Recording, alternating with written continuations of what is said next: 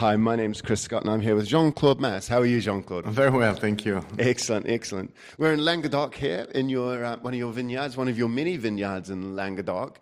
Can we just get a quick overview of the geography and the sort of key climatic and geographical influences in Languedoc? So, big geographical influences. We have what we call the coastal Mediterranean climate, where we can have wines like a bit like here, the Grès de Montpellier, or in the Picpoul de Pinet. Usually we make great white wine. Mm-hmm. Depending on the area, we can make great red wines. But white wine, I think in this area, outstanding. Then we have the foothills, or the foothill of the Massif Central. Central Massif. These are kind of soil made from alluvials from the mountains, where you can find schist, you can find galets roulés, you can find grès, you can find silex, you will find heavy clay limestone type of soil, even red soil. So there will be another variety of soil, quite warm because they are protected by the mountain and the temperature. They don't get the cooling, a bit less the cooling influence from the sea. Yep. That's one type of soil.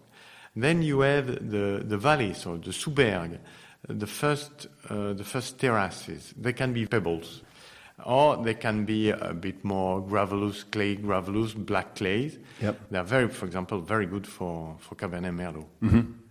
And then you have the sandy plains. They can be very good for Sauvignon Blanc, for example. The Hérault, the Orbe, or the... And the sandy plains are close, because there's a big flat plain, isn't there, that you were talking earlier about people moving to the plains to produce big volume. There are 5 valleys. Basically, in the Languedoc, you have 5 main valleys. Mm-hmm. 3 of them being much bigger than the others. The Hérault Valley, quite fertile soil, very fertile soil, sandy soil.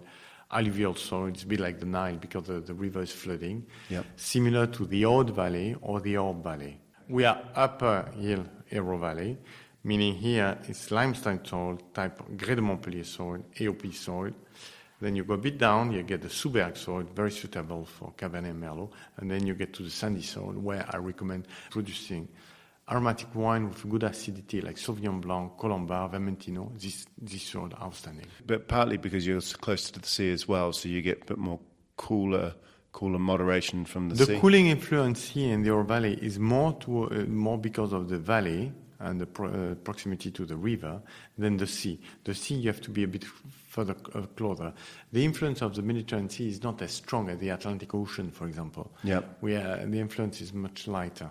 Even though, because Languedoc, you think Mediterranean, but there is Atlantic Ocean, because there's a gap between the Pyrenees and the Central Massif. The other region, which is more when you go toward Carcassonne, Carcassonne to the west side. Carcassonne to the west. When you move to the west, and then we get into a very different region, where actually the OP wines like Cabernet Malpère or Limoux Red allow for Cabernet, which are not allowed in the OP wines of the east side of the Languedoc. So a very different mentality. What's the name of the wind? It's got a particular name, hasn't it? So the Tramontane is northwest.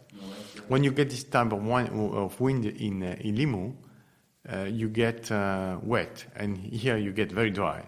And reverse, when you get the wind from the sea, the marin, you get wet here and you get dry in Limoux. Because it's dropped all the rain when it first hits land. Exactly. Yeah. Do you get any of the effects of the Mistral on the east side of Languedoc? Mistral, Tramontane are the same, basically, type of influence of wind.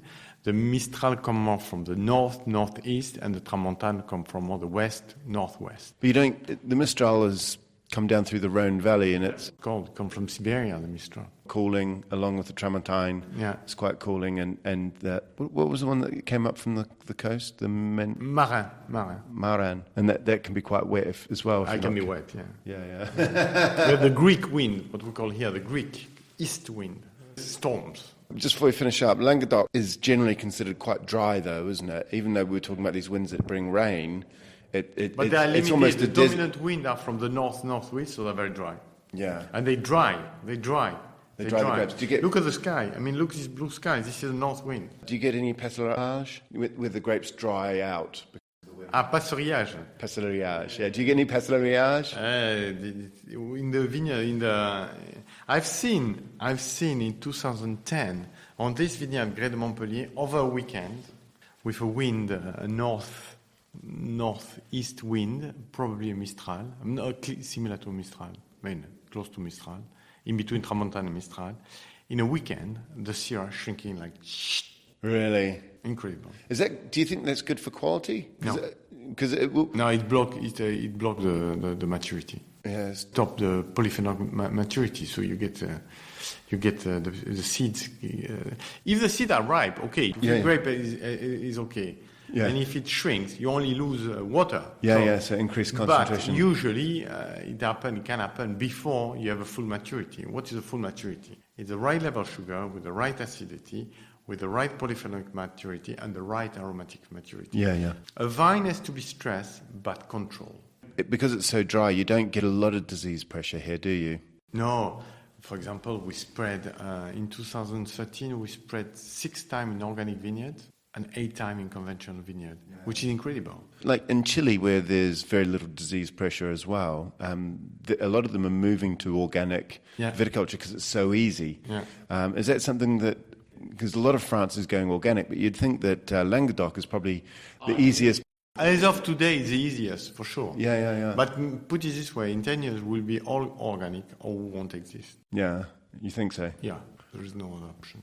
Okay. I just want to talk about some of the sub-regions within Languedoc. Probably the first thing is I noticed when we were tasting some of your wines earlier that you had a lot of varietal wines. And there's Pays-Doc IGP, if you like. You make wines under that banner, don't you? Today, in France, you have basically the wine with geographical designation and the wine without the geographical designation. They can be varietal, which in the past they could not be, and they can be vintage dated, Vin de France. And then in the family of geographically designated wines, you have the AOP and the IGP. The IGP, basically what's happening is obeys to more new type of varietals, more what we call international varietals, and the AOP obey to more local indigenous varietals. With AOP wines, if the grape variety never really grew up in that region, they discourage allowing people to make AOP wines from those wines? Generally, yes. Yeah, there are examples all over the place where they've allowed that, in France, basically like that. But you see in Spain or the region or even Italy, it's very different. But it's truly that when they are non-indigenous, it's difficult to get AOP standard. Yeah, exactly. So is that one of the reasons why Languedoc or Pays-Doc IGP, a lot of the wines can be quite good, but they're still... basically IGP wines in general. IGP Pays-Doc, the big advantage of the IGP Pays-Doc, it covers the whole Languedoc.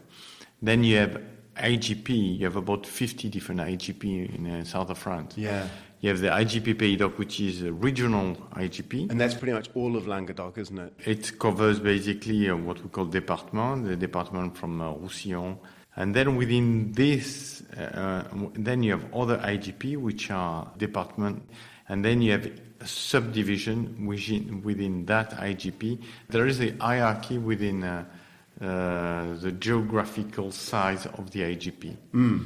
And then in the AOP, it's a bit the same thing, where you have a generic AOP, which is Languedoc, covers whole Languedoc, and then subdivides into Minervois, covers Saint-Chinian, meaning it's like IGP Pays-Doc. It covers the whole Languedoc. And then you have division inside, which were existing before AOP Languedoc. It's like Bordeaux. You have Bordeaux, Saint-Émilion, Médoc, but all fall into Bordeaux. Well, let's talk about some of the wine regions that you make wines in. Do you guys make wine in Minervois? We make Minervois, but we pick grapes also in Minervois that we use. The point is that when you're in AOP area, you can decide to have AOP grapes or IGP grapes. It's up to you. A Syrah, for example, you can decide to claim it as AOP or IGP. Oh, really? Yes. This is why we pick grapes, Syrah, from the Minervois. We don't claim Minervois. We might claim Languedoc, or we might claim AGP from certain vineyards. It can be both. The vineyard can't be both, or the grapes can't. The grapes. And the vineyard. So if if I picked half my vineyard and then the other half, I can't just say, oh, this half is AOC for Minervois and I'm going to use this half for IGP. You can, but it has to be clearly designated. When you pick them? No, before you pick them. Oh, really? In May. Okay. Why is that? Is that to do with yields and... It's just the yields and the vineyard management. Oh, okay. So you've got vineyard management as well. Is that trellising or what's going on? No, it's pruning. It's mainly pruning Okay. of grapes per vine. Grapes per vine? Yeah, and then you decide how you prune. Yeah. Okay. All right. And what sort of wines does Minervois make? Minervois makes traditional AOP wines, so they are more on the spicy side, more on the tapenade or black olives. Yeah. It's difficult to compare, but there are wines with a nice garrigue, spicy character, and black olives, and empyromatic type of aromatic with blackcurrant, basically, but with dominant empyromatic. Okay. And what did you say the grape variety was again? Syrah, Grenache, Mourvèdre, Carignan. So all the sort of classic sort of Languedoc, Rhone Valley sort of varietals. Do you make anything in Côte de Roussillon? We pick grape, but the IGP in the Côte du Roussillon part, but we don't claim them as Côte du Roussillon. No. And that's because of the yields and all that sort of stuff, or because of what we want to do. It's not only the yields. We're not interested in making so far Côte du Roussillon. Today we're interested to make Côte du Roussillon, probably. Yeah. Is that because you're quite big into blending and you use the fruit for blending purposes for some of the other wines? No, not only. I mean, it's a question of the way we sell our wine. First, our name, and then first the origin. We are from the Languedoc, and then our name, and then we take the roots of varietal or blends. It's a single varietal or blend. It depends basically on the cuvées that I make. Yeah. Okay. And Corberts, you make some wine in Corberts? We make a bit, yeah. Where's Corberts? Corbert is across Minervois on the A61 across the road. Yeah. The road they go toward Bordeaux. Right is Minervois, left is Corbett, basically, to make it simple. Corberts, what sort of grape varieties are you growing there? Grape varieties, same thing as Minervois. They are basically all the same. So the only difference, Corbière, they allow more Carignan than in other appellations, because Carignan is a traditional grape in the Corbière. Okay. And no white wines, though, or...? There are white wines, but they're confidential. What do you mean confidential? The production is very small. People prefer to take the route of IGP wine when it comes to white wine in these areas, because they allow for grape varieties that are not that easy to vinify, and they're not that in tune with what people expect with white wine, except with some exception, obviously. Yeah. But that's still interesting. Grenache Blanc, Malvoisie, Bourboulin, same thing. Yeah, I noticed when we were tasting your wines, you do things like Sauvignon Blanc, which historically you think Sauvignon Blanc is more the Loire Valley than down in Languedoc ways. Yeah, but you have some vineyards where you can have very nice Sauvignon Blanc. Oh yeah, there's some Sauvignon Blanc that we use in our tastings back in London, and they're quite nice, and they're from the Languedoc region, and they're actually surprisingly fresh.